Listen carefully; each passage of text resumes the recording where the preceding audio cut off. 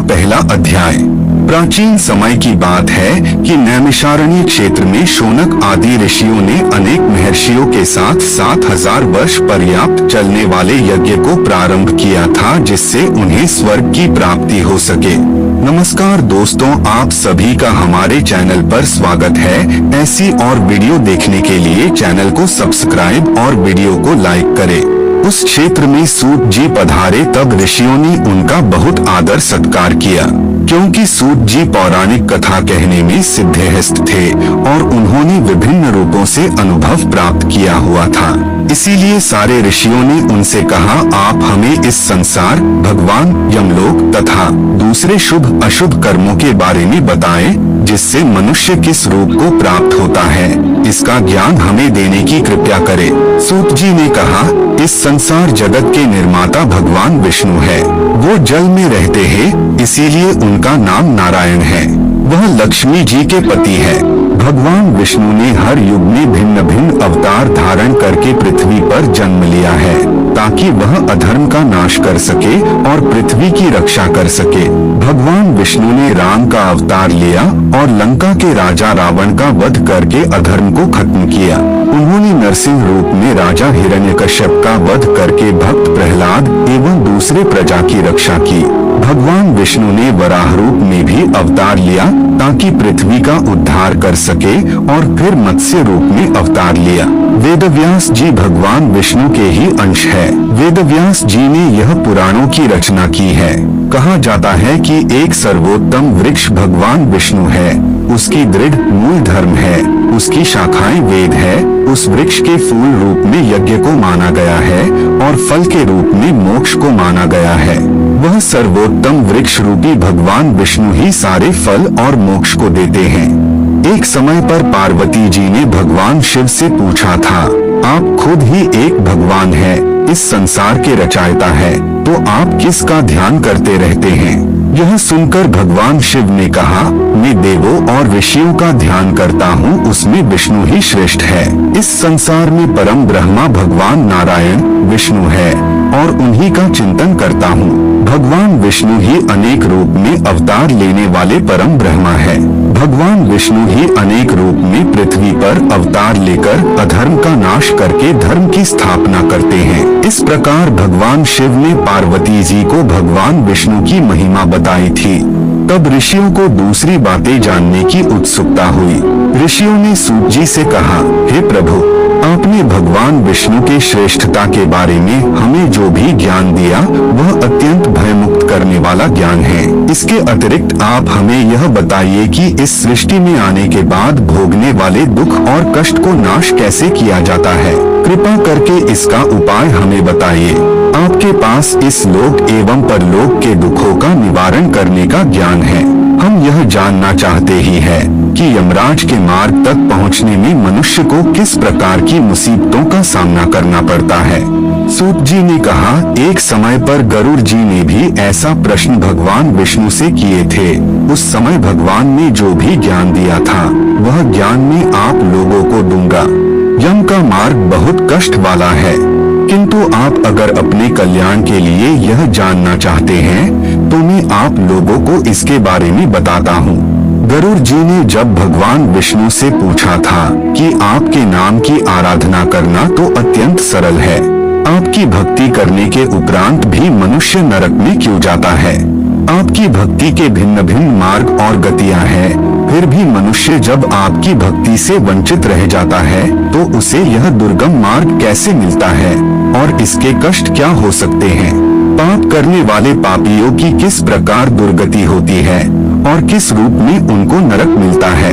आप मुझे कृपा करके बताएं। ऐसे पूछने पर भगवान विष्णु ने गरुड़ जी को कहा, हे गरुड़, मैं तुम्हें यम के मार्ग का ज्ञान देता हूँ। इसी मार्ग से पापी लोग यमलोक को प्राप्त करते हैं। इसका वर्णन अत्यंत भयानक है। जो मनुष्य उग्र स्वभाव के होते हैं, धन और मर्यादा का ज्ञान जिसमें नहीं है, जिनको संसार में मोह माया है, वो मनुष्य अपवित्र होते हैं और वही नरकलोक में जाते हैं। दानवीर मनुष्य मोक्ष को प्राप्त करते हैं और पापी लोग कष्ट पूर्वक यम की पीड़ा भोगते हुए नरक में जाते हैं। दुष्ट और पापी लोगों को इस संसार में किस प्रकार के दुख मिलते हैं किस प्रकार होती है उसका ज्ञान मैं तुम्हें देता हूँ। इस संसार में जब मनुष्य जन्म लेता ही है तब वह अपने पूर्व जन्म के कर्मों के हिसाब से इस जन्म में शुभ अशुभ फल भोगता है।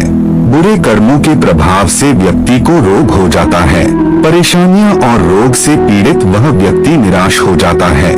व्यक्ति कितना भी बलवान हो, युवावस्था में उसके पत्नी पुत्र होने के बावजूद वह अचानक से भयभीत होने लगता है। काल उसको घेर लेता है। वृद्धा अवस्था में व्यक्ति को मृतक के समान रहना पड़ता है। घर के लोगों के द्वारा अपमानित होता है और अपमानजनक आहार लेता है। आहार लेने की शक्ति कम हो जाती है और इसकी वजह से चलने फिरने की शक्ति भी कम हो जाती है। कफ के कारण स्वर्ण नलियां चल नहीं पाती। स्वास्थ्य बिगड़ने लगता है। खटिया पे पड़ा रहता है। मृत्यु के निकट आ जाता है। मृत्यु के निकट आने पर देवता जैसे मनुष्य की दृष्टि भी दिव्य हो जाती है। मरते समय पापी के पांचों तत्व अपने स्थान छोड़ देते हैं और उसका एक क्षण भी मुश्किल से बीतता है। मनुष्य को इतनी पीड़ा होती है जितनी बिच्छू के काटने से होती है।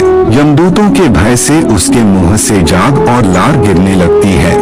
ऐसे ही पापियों के प्राण जब निकलते हैं तब उनको यमदूत मिलते हैं। यमदूत के लाल नेत्र होते हैं और मुख भयानक होता है। उस समय यमदूत अत्यंत क्रोधित होते हैं और उनके हाथ में पाश और दंड होता है और वह दांत को पिसते हैं। उनके मुख काले और नख विशाल होते हैं। उनको देखकर प्राणी भयभीत होकर मलमूत्र का त्याग करने लगता है। ऐसी अवस्था में जीव शरीर से निकल जाता ही है और मुंह में अपने घर को देखता है और उसी समय यमदूत उसे पकड़ लेते हैं। यमदूत उसे गले में रस्सी बांधकर ऐसे ले जाते हैं जैसे गुनहगार को सिपाही राजा के पास ले जाते हैं। वे यमदूत मनुष्य को मार्ग में नर्क के भयानक दुख और तकलीफों के बारे में बताते हैं और धमकियां भी देते हैं। यमदूतों की ऐसी कठोर वाणी को सुनता है और तड़पता है। भय से तड़पता वह मनुष्य अपने पापों को याद करते हुए उस मार्ग से जाता है। कुत्ते मार्ग में उसे काटते हैं। उस मार्ग में उसे खाने को खाना और पानी नहीं मिलता। सूर्य की तेज गर्मी में चलना पड़ता है। यमदूत उसे मार्ग में कूड़े से मारता है और घसीट कर ले जाते हैं। इस प्रकार अत्यंत पीड़ा सहकर वह अंधकारमय यमलोक में पहुंच जाता है। वहां उसे उसके पापों का फल मिलता है। यमराज उसे घोर नरक की यातना देकर फिर से मनुष्य लोक में भेजते हैं। अपने पुत्रों द्वारा दिए गए पिंड और दान को वह जीव खाता है, पर फिर भी पापी जीव होने के कारण उसकी तृप्ति नहीं होती। जिस मनुष्य का पिंड दान नहीं होता वह प्रेत योनि में रहकर निर्जन वन में दुख पूर्वक भ्रमण करते हैं। यम की यातना भोग बिना जीव को मनुष्य के रूप में जन्म नहीं मिलता और वह अन्य योनियों में भटकता रहता है। उस पिंड के रोज 4 भाग होते हैं। उसमें से 2 भाग पंचभूतों को, 1 भाग यमदूतों को और 1 भाग उस जीव को खाने को मिलता है। ऐसे 9 दिन तक पिंडदान करते ही है और वे लोग खाते हैं। जब मनुष्य का शरीर जलाते हैं उसके बाद उनके पुत्र जो पिंडदान 9 दिन करते हैं उसे उस जीव को 10वें दिन देह मिलता है। वह जीव को देह आकार यमलोक मार्ग में अपने कर्मों का भोगना पड़ता है। अब किस तरह से 10 दिनों के पिंड से शरीर बनता है उसे बताता हूँ। पहले दिन के पिंड से सिर, दूसरे दिन से गर्दन और कंधा, तीसरे दिन हृदय, चौथे दिन पीठ, 5वें दिन नाभि, 6ठे दिन कमर, गुदा, लिंग, भग और मांस के पिंड आदि बनते हैं। 7वें दिन हड्डी और 8वें 9वें दिन जांघ और पैर, 10वें दिन के पिंड से इस शरीर में सुख, सुंधा, तृषा की उत्पत्ति होती है। इस तरह पिंड से शरीर उत्पन्न होता है और फिर 11वें और 12वें दिन के श्राद्ध में 2 दिन तक भोजन करता है। 13वें दिन वह जीव यमदूतों से बंधा हुआ अकेला संसार में आता है। हे गरुड़, वैतरणी को छोड़कर केवल यमलोक 86,000 योजन विस्तीर्ण है। अब इस जीवन में रोज 24 घंटों में क्रमशः 247 योजन यमदूतों के संग निरंतर चलना पड़ता है। चलने वाले इस मार्ग के अंत में 16 ग्राम पड़ते हैं। उनको पार करके धर्मराज के नगर में वो पापी जीव पहुंच पाता है। उन सब नगर के नाम कुछ इस प्रकार है: सौम्यपुल, सौरीपुर, नगेंद्र भवन, गंधर्व, शैलागम, क्रौच, क्रूरपुर, विचित्र भवन, दू, खद, नानकरंदपुर, सुतप्त भवन, रौद्र नगर, पयोवर्षण, शितध्य, बहुभिति के नाम से जाने जाते हैं। इसके बाद यमपुर है। यमलोक में जाने वाला मनुष्य अत्यंत पीड़ा भोगता है और अपने कर्मों को याद करते हुए पीड़ित होता रहता है। अपनी कर्मों के विषय में चिंतन करता हुआ अनेक दुख भोगता है। इस पर भी यदि वो दोबारा जन्म प्राप्त करता है, तब उसी प्रकार भगवान को